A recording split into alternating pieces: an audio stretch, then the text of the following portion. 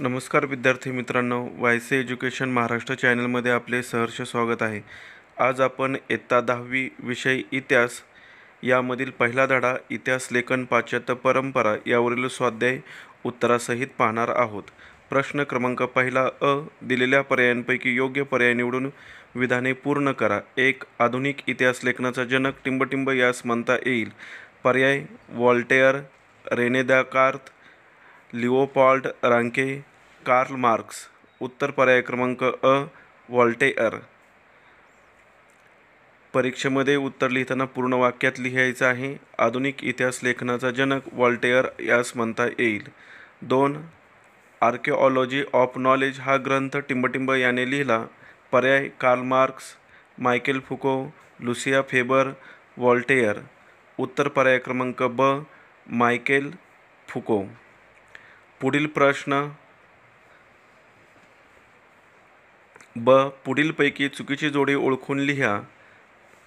George William Frederick Hegel, reason in history, Leopold von Ranke, the theory and practice of history, Herodotus, the histories, Karl Marx, discourse on the method. उत्तर: Karl Marx, discourse on the method. परीक्षेमध्ये उत्तर separate लिहायचं आहे। पुढील प्रश्न क्रमांक 2, पुढील संकल्पना स्पष्ट करा। त्यामधील पहिली संकल्पना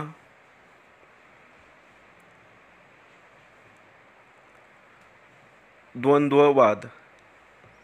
हेगलच्या मते कोणत्याही घटनेचा अर्थ लावण्यासाठी तिची वर्गवारी दोन विरोधी प्रकारात करावी लागते, त्याशिवाय मानवी मनाला त्या घटनेचे आकलन होत नाही। उदाहरणार्थ, खरे खोटे, चांगले वाईट या पद्धतीला द्वंद्ववाद असे म्हटले जाते।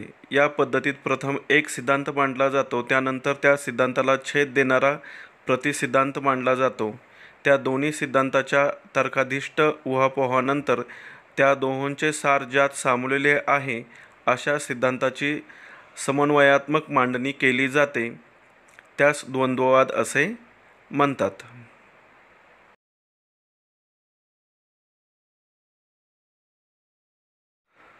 पुढील संकल्पना म्हणजेच टिपा लिहा। यामध्ये प्रश्न येतात। ॲनल्स प्रणाली।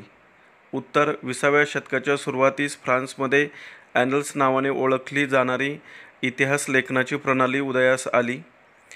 ॲनल्स प्रणालीमुळे इतिहास लेखनाला एक वेगळीच दिशा मिळाली। इतिहासाचा अभ्यास फक्त राजकीय घडामोडी, राजे, महान नेते आणि त्या अनुषंगाने राजकारण, मुत्सद्देगिरी, युद्धे यांच्यावर केंद्रित करू नये, तर त्याचबरोबर तत्कालीन हवामान, स्थानिक लोक, शेती, व्यापार, तंत्रज्ञान, दळणवळण, संपर्काची साधने, सामाजिक विभागणी आणि समूहाची मानसिकता यांसारख्या विषयांचा अभ्यास करणेही महत्त्वाचे मानले जाऊ लागले। ॲनल्स प्रणाली सुरू करण्याचे आणि तिचा विकास करण्याचे श्रेय फ्रेंच इतिहासकारांना दिले जाते। पुढील प्रश्न क्रमांक 3, पुढील विधाने सहकारण स्पष्ट करा। त्यामधील पहिले विधान: स्त्रियांच्या आयुष्याशी निगडीत विविध पैलूंवर विचार करणारे संशोधन सुरू झाले। उत्तर: स्त्रीवादी इतिहास लेखन म्हणजे स्त्रियांच्या दृष्टिकोनातून केलेली इतिहासाची पुनर्रचना होय। सिमॉन द बोव्हार या फ्रेंच विदुषीने स्त्रीवादाची मूलभूत भूमिका सिद्ध केली।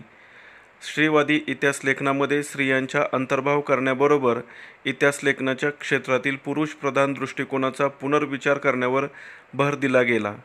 त्यानंतर स्त्रियांच्या आयुष्याशी निगडीत नोकरी, रोजगार, ट्रेड युनियन, त्यांच्यासाठी काम करणाऱ्या संस्था, स्त्रियांचे कौटुंबिक आयुष्य यांसारख्या विविध पैलूंचा सविस्तर विचार करणारे संशोधन सुरू झाले। पुढील प्रश्न: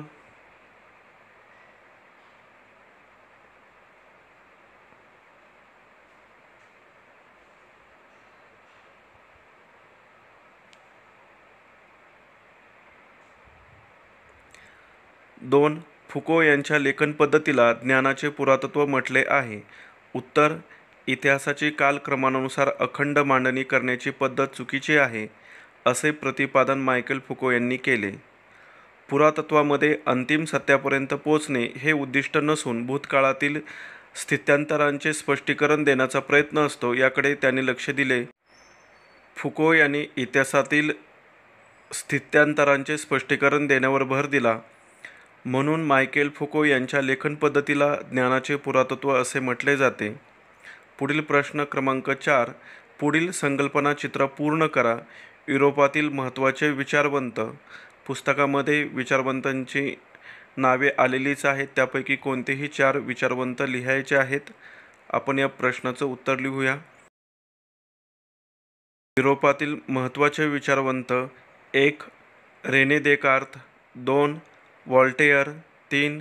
कार्ल मार्क्स, 4. मायकेल फुको.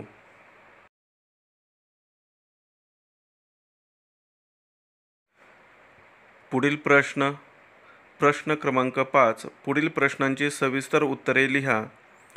त्यामधील पहिला प्रश्न: कार्ल मार्क्स यांचा वर्ग सिद्धांत स्पष्ट करा. उत्तर: मोठ्या प्रश्नाचं उत्तर लिहिताना सुरुवातीला प्रस्तावना लिहायची आहे. प्रस्तावना पाहू आपण. इतिहास लेखनाचे शास्त्र विकसित होण्यात अनेक विचारवंतांचा हातभार लागला. 19व्या शतकाच्या उत्तरार्धात जर्मनीच्या कार्ल मार्क्स याने वर्ग सिद्धांत मांडला. तो पुढील प्रमाणे: 1. इतिहास अमूर्त कल्पनांचा नसून जिवंत माणसाचा असतो. 2. माणसामाणसामधील नातेसंबंध त्यांच्या मूलभूत गरजा भागवण्यासाठी उपलब्ध असलेल्या उत्पादन साधनांच्या स्वरूपावर व मालकीवर अवलंबून असतो.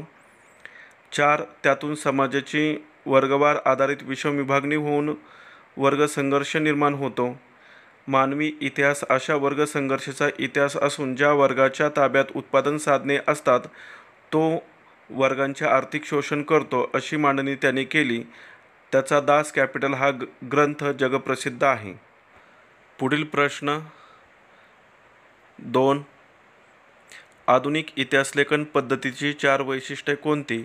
उत्तर: प्रस्तावना: गतकाळात घडून गेलेल्या घटनांची क्रमशः संगती लावून त्यांचे आकलन करून घेणे या उद्दिष्टाने इतिहासाचे संशोधन, लेखन आणि अभ्यास करणे म्हणजेच इतिहासलेखन होय.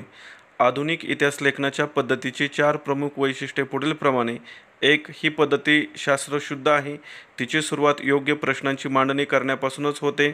2. हे प्रश्न मानवकेंद्रित असतात, म्हणजेच ते भूतकाळातील विविध मानवी समाजाच्या सदस्यांनी विशिष्ट कालावधीत केलेल्या कृतीसंबंधी असतात. इतिहासात त्या कृतींचा संबंध दैवी घटना किंवा देवदेवतांच्या कथाकहाण्यांशी जोडण्याचा प्रयत्न केला जात नाही. 3. वैशिष्ट्ये: या प्रश्नांच्या इतिहासातील उत्तरांना विश्वासार्ह पुराव्यांचा आधार असतो. त्यामुळे इतिहासाची मांडणी तर्कसुसंगत असते. 4. मानवजातीने भूतकाळात केलेल्या कृतींच्या आधारे मानवजातीच्या वाटचालीचा वेध इतिहासात घेतला जातो. पुढील प्रश्न 3. स्त्रीवादी इतिहासलेखन म्हणजे काय? उत्तर: स्त्रीवादी इतिहासलेखन म्हणजे स्त्रियांच्या दृष्टिकोनातून केलेली इतिहासाची पुनर्रचना. 1. सिमॉन द बोव्हार या फ्रेंच विदुषीने स्त्रीवादाची मूलभूत भूमिका सिद्ध केली.